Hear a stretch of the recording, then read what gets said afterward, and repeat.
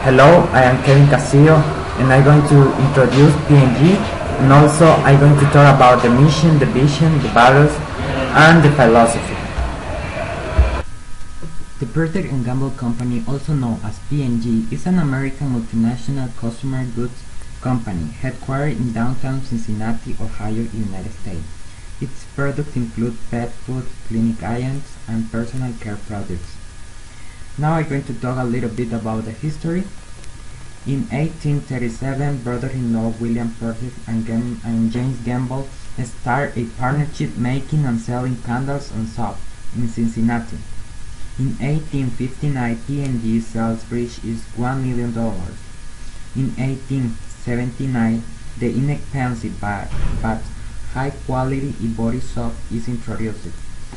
In 1924, P&G is one of the first to create a market research department to study consumer preference and buying habits.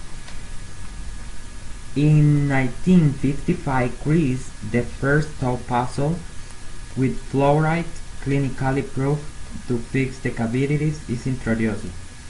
In 1961, Pampers is introduced and eventually replaced closed diapers, and in 1980, sales reached $10 billion. Today, P&G operates in 80 countries worldwide, employing more than 100,000 people, has $30 billion brands in its portfolio. Charmin, Tide, Pantene, IAM, Folgers, Chris, Oral, Always, Ariel, Bounty, Downy, Pringles, Pampers. Currently, the CEO is A.G. Lafleur, and the value of P&G is integrity, leadership, ownership, passion for winner, and trust. The vision of P&G is to be recognized as the best consumer products and services company in the world. The mission is superior quality and value that improve the life of the world's consumers. The philosophy: we design products that meet the highest environment standards. We use scientific risk assessment to evaluate safety and sustainability. We work all stately integrate sustainability into all aspects of our products. Hello, my name is Harrison Cruz, and now I'm going to talk about the external analysis and the environmental scanning.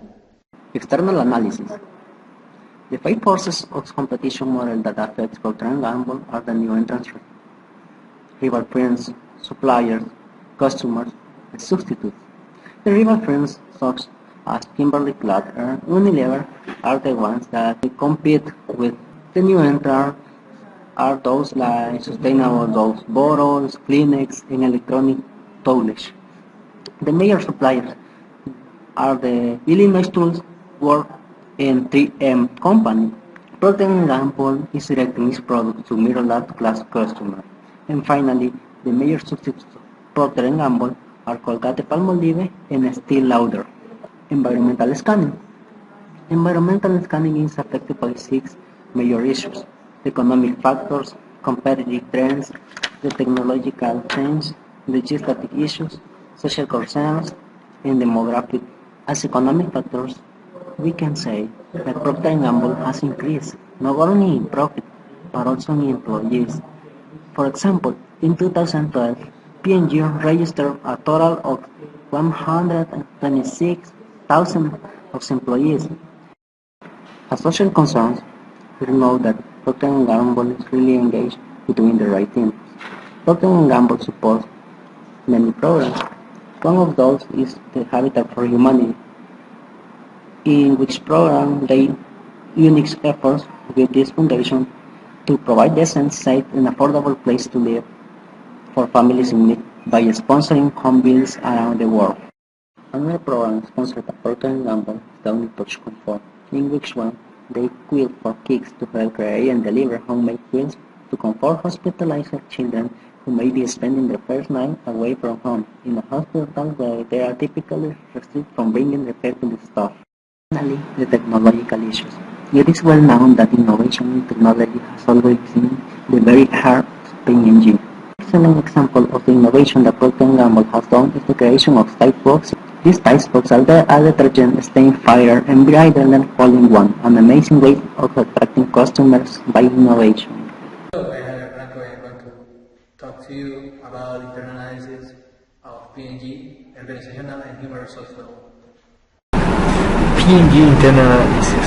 As you know, P&G is one of the most successful companies in current times because all of their products and data strategies, the structured strategy that they have is one of the most important for the market these days. And this is not to be possible if their managers, their employees, and all the people that work for the company P&G made their best. For example, P&G distributes many of your products.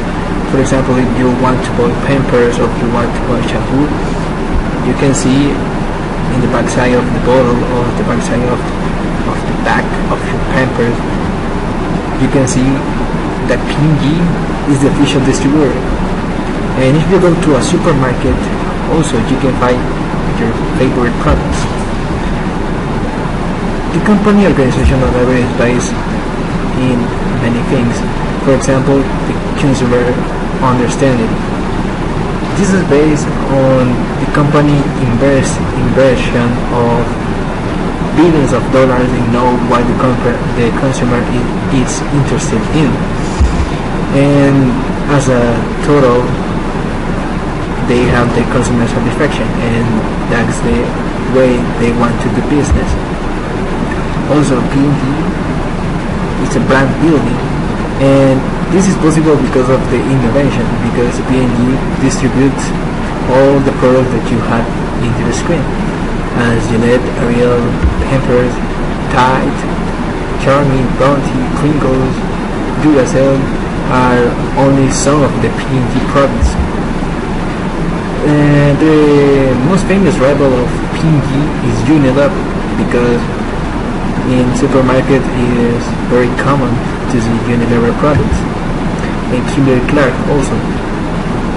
And Kimberly-Clark is not very known for yet, but in a future, in a very close future, maybe Kimberly-Clark can distribute many of their products. And what about the human resource level? P&G has the values that are integrity, leadership, ownership, passion for winning, and trust. This is committed with brands, people, and consumers, because consumers are the main goal of the company. And human rights. What could be a company without human rights? Their employees could flew away with another company and share of the knowledge that they learn in P&G. It's important, and P&G respects the international regulations as in United States, Europe, or Central America, and this is defined by the Universal Declaration of Human Rights and associated covenants. Also, the International Labour Organization. The wages in P&G are really appropriated for their employees, and their external partners are in charge of that wages are appropriate for the employees, managers, and other workers. And finally, the company is very committed with health and safety, because safety is first. In P&G accomplish or achieve many of the international regulations and standards. As a group, we expect that P&G use these rules and these values to be fair with its employees, because safety is first. It is important for the customer, it is important for the project. And if they achieve those values and those goals, they could be a more successful company in the world. Hello, my name is Simoy. I'm going to talk to you about capabilities and composition. Capabilities of P&G are based on interaction with consumers and researchers in the market. Their capabilities are consumer understanding, go-to-market capabilities, scale, and innovation. The composition of P&G, we can say that there are four quadrants. Complementary, which are their competitors and partners such as Unilever, Kimberly-Clark, and Johnson & Johnson. In the next quadrant is strategic. It refers to the principal leaders of the company, CEO, general managers over the world, and supervisors. Then we found support. In this area, we talked about their companies over the world and their plantations, distribution plan, and other facts. And finally, core.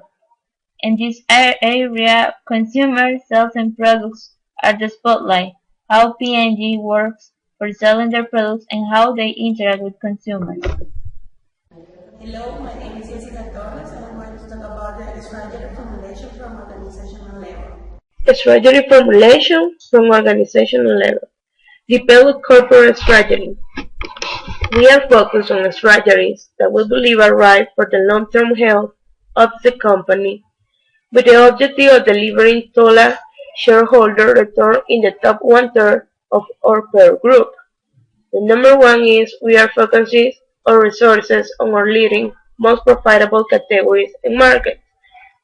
The number two is we will focus on our core markets, such as the US, to strengthen and grow these businesses. Number three, we will focus our developing market investment on the categories in countries with the largest size of price and highest likelihood of winning. And the number four, we will focus our portfolio allocating resources to businesses where we can create disproportionate value. My name is Carla Moreno, and I'm going to talk about the strategy formulation from the human resource level. P&G sells 23 different brands that generate more than $1 billion in sales. In 2009, the company made one remarkable product innovation in the middle of the World War recession. The company introduced its most expensive Olay skincare line ever, the Olay Professional Pro X line, with prices that start at $45. This was a very unusual strategy, but it worked. The price may have been higher than what Olay's drugstore customers were used to, but it generated new business from shoppers who trade down from pricier department store multi-retailers. The CEO of P&G, Bob McDonald, said, "Innovation is often the antidote to macroeconomic recession." P&G provides a strong base for innovation and has met with notable success through anti-aging station, such as Regeneris, Defining, and Pro-X Intensive. Also, P&G has begun to leverage the strength of the Olay brand in other key brands. It launched the Venus and Olay Razor in a high-profile marketing campaign. It also continued to extend CoverGirl with Olay as a part of the Simplify Ageless line.